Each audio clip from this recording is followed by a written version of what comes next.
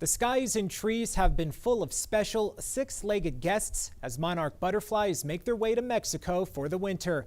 Ethan Purcell and Sean Humphrey are live from the local lily gardens tonight. Fellas, you've spent some time around the butterflies today. Fill us in.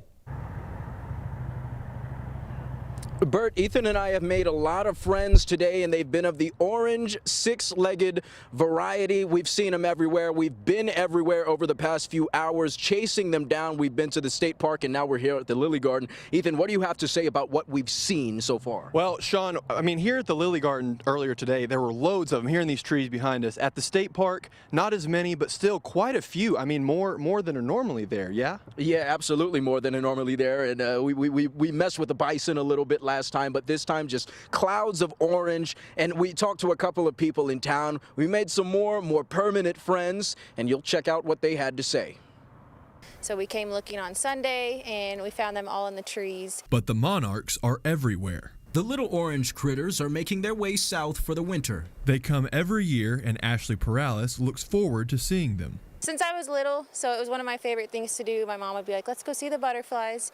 So it's something that I started at a very young age. So I hope to pass the tradition on with my family one day. Ashley has spent part of her week surrounded by the migrating monarchs. They've been a key part of her life and an artistic influence. In fact, putting them on the canvas has become second nature. So a lot of my work is inspired by things I see in nature. So I didn't realize I painted a lot of monarch butterflies in my lifetime. The out-of-town crowd is enjoying the butterflies almost as much as Ashley. It's absolutely beautiful. They are everywhere, so y'all should come and take a look.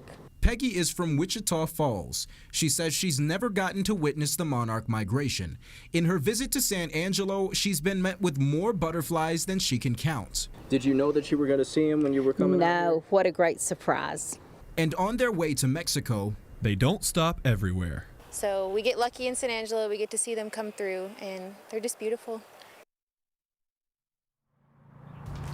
Well, those monarch butterflies have been a little bit harder to find than the American snout butterflies we saw a few weeks ago. They covered our windshields, and thankfully the monarchs haven't done the same. It's actually been hard to tell the difference between the monarchs and some of those queen butterflies that are a little bit of a darker shade of orange. But Ethan, you can tell the viewers I've been pointing out the window trying to pick out the difference between the two. Yeah, that's right. We've been running around like madmen, different places all day, and I'd see one and I'd be like, Sean, there's one right there, and Sean's like, nope, that's a queen. I mean, you've become a little bit of an entomologist, yeah? I guess I've spoken to enough entomologists to pick up some of the science myself. Maybe it's osmosis. I don't know if that's scientific at all. It's definitely not correct, but it's been fun to see the beginning of fall come. And hey, we're going to toss it to Chris Nation, Ethan. So live from the International Water Lily Collection, this is Sean Humphrey. And I'm Ethan Purcell. Fox West, Texas. Take it away, Chris.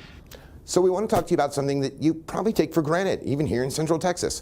The monarch butterfly, because its journey is unbelievable. But I want to really focus on just one narrow aspect as the team's covering all kinds of different aspects. This is the journey. It starts itself as the larvae, starting as a caterpillar down in central Mexico, then it slowly becomes the monarch butterfly. And this little guy goes on a journey that is almost unbelievable. It starts in the southern edges of Mexico. That's where they start, into the very cooler, shadier spots. They cluster in little hives of millions of these guys in the trees, and then they have to get to just about the right temperature. Once they get to just above about 70, 72 degrees and 78, they start getting ready to hatch out. That's when they start to gather nectar for a journey of thousands of miles.